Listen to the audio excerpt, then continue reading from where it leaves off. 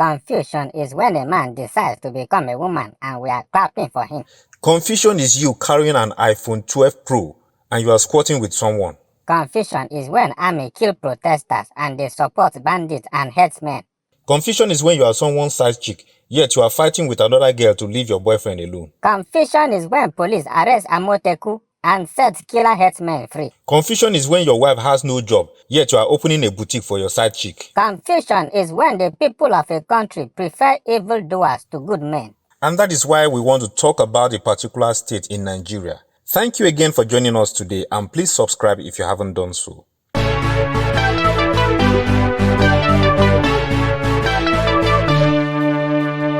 When I went to Ibadan in 2020, I told someone that the governor is really hardworking. Then she said, someone that people are already complaining about. Then I asked, what is their complaints? She said it's just general complaints, that the people that put him in power don't like the way he does his things. The people that put someone in power has to be voters now. Who again are the people that has to put someone in power? Alright, let's get into the real gist. You know, the culture of Nigerian politics or politicking is that they will get into the office and all the godfathers or supporters, whatever they call them, will start coming into the government house demanding for one favor or the other. And the most demanded favors are contracts. But do you know that they are all deceitful requests and practices? How many of you have traveled the Lagos-Ibadan Expressway? Me, I have passed there plenty of times. So. The first time I came to Lagos was in 2002, though I left and came back in 2005. But the point is, from that time is when I've been hearing of the construction of the Lagos-Ibadan Expressway. They'll assign the contracts and you know their method. Machines will appear on site and immediately they start working. 3 months down the line, they all disappear. Which 3 months? It will not reach 3 months. So. Let's even assume. Till today as I'm talking to you right now, the Lagos-Ibadan Expressway is still under construction, getting to 20 years. Somebody that they born in 2002 by now is already a graduate. That has been one of their way of stealing money.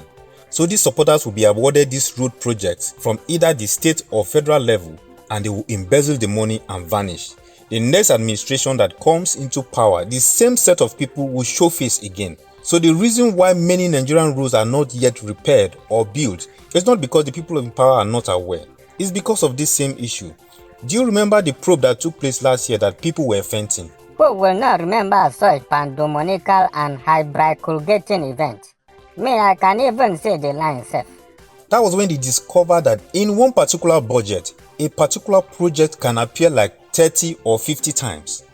Nigerians, the fear of God is 65,000 kilometers, 300 meters away from us. So for instance now, let's say they want to include the construction of a Lekki-Ekpe Expressway in the budget. They will first write construction of Lekki-Ekpe Expressway.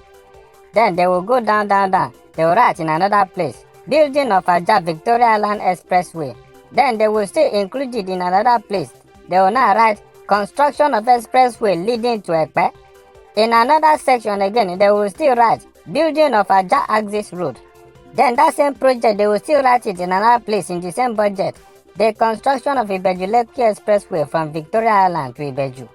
Just like that too, the same project in one budget. I wish after all of that they will go ahead and do the work. But they won't. So Seyi Makinde, the governor of Oyo State, knows their devious practices, so he refused to award road projects to these national financial cannibals. He went straight to the construction companies and awarded the road projects direct to them.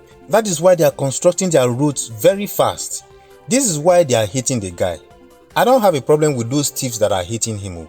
But my problem is now on the common man, the citizens and inhabitants of the land themselves that are beneficiaries of these infrastructures. They too join the bandwagon of hate towards the governor.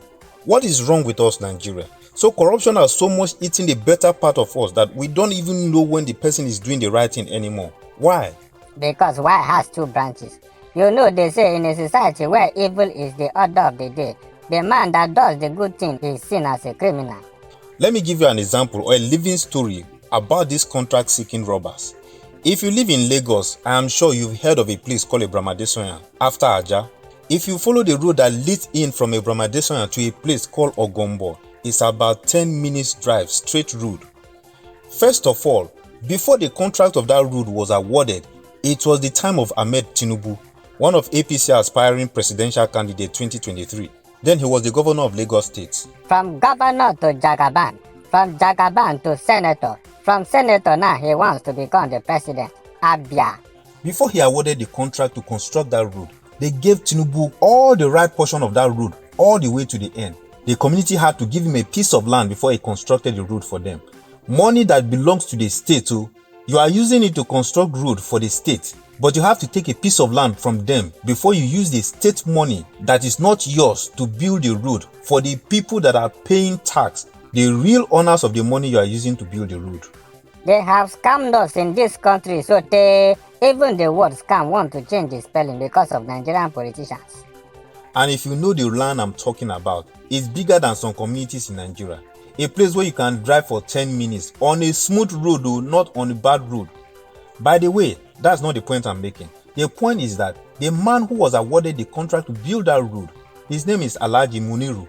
If you know the place I'm talking about, Ogombo, if you get to Ogombo police station, right opposite the police station, there's a shopping complex with a green roof beside the filling station. That is the man that owns that building. And behind that very building, there's another 3-story building.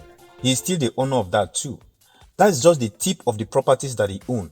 Now, before he was awarded this contract, he didn't have these houses.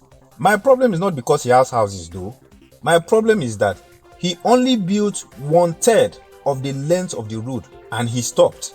Then he didn't even build gutters, so the road is without drainage on both sides. If someone give you money that you can use to build drainage for a place that you can drive for 10 minutes, do you know how many billions that will be? Not to even talk about the fact that 2/3 of the money that was meant to construct that road went into someone's pocket. That is typical of what is happening all over Nigeria. And that's why we have uncountable bad roads. The people that award this contract won't talk about them because probably they go through their sponsor, aka Godfathers. So because Seyi Makinde boycott these people to do the right thing for the people of Oyo State is what is pissing people off. Anybody that want to piss should go to the toilet now. That one is their problem. Oh. Me, if I see someone that is doing good, I will hail him. Oh. Twale Baba. I had an encounter with a woman who claimed she's a farmer and she was angry that the governor built a cassava processing plant. She said people feel the governor is doing the right thing, but they that are farmers, they know he's doing nonsense because he will have come and empowered the farmers first before he start building a cassava processing plant. She said, where is the cassava that they want to process? Why are we thinking like this now? Is it not when the plant is available that people will now be gingered to go and plant a cassava? For me, I think if there's a market available for my reach, that's when I will start looking for what to sell in this market. But if there's no market, how will I even start talking about selling something? Take a look at the online shops like Jumia, Konga, Gigi. There are many people who didn't have the intention of selling anything because they will first start by renting a shop. And if you live in Lagos, you know how expensive it is to rent a shop. Moreover, they will tell you to pay for 2 years. So the money that you use to pay for the shop alone is more than what you use to buy the products or goods that you sell in the shop. So that alone is a bottleneck for many people. But with the online market, people can put their goods in their house and sell to anyone anywhere in Nigeria, right from their house, just with the help of the online shop. No, nah. The people that provided the online shop will have come and gather everybody together. Say, oh yeah, all the sellers come here and begin to buy something so that we'll open an online shop for you to sell. Nobody will even answer you, sef, when they have not seen what you are talking about. Exactly. So because the platform is there, people start looking for what to sell. Even those whom ordinarily will not think of selling anything. So if your governor build a cassava processing plant for you, it brings that motivation to cassava farmers to know that if I go into cassava farming, I have a place to process it either to garri or starch. The market needs supply. The demand is very high. See the rate at which garri is selling, something that we produce locally. Now someone built a facility to ease that burden and you said he should have used the money to come and empower you. So if he uses the money to empower farmers, where would they process their produce? Sure, we have been shouting that government should create enabling environment for entrepreneurs to thrive. And now you found someone that is doing that for your state, yet you cannot see it. Don't mind them, oh. Those are the lazy Nigerian youth. The ones that are hardworking will start cassava farming straight. Take advantage. Let's support those that are doing the right thing.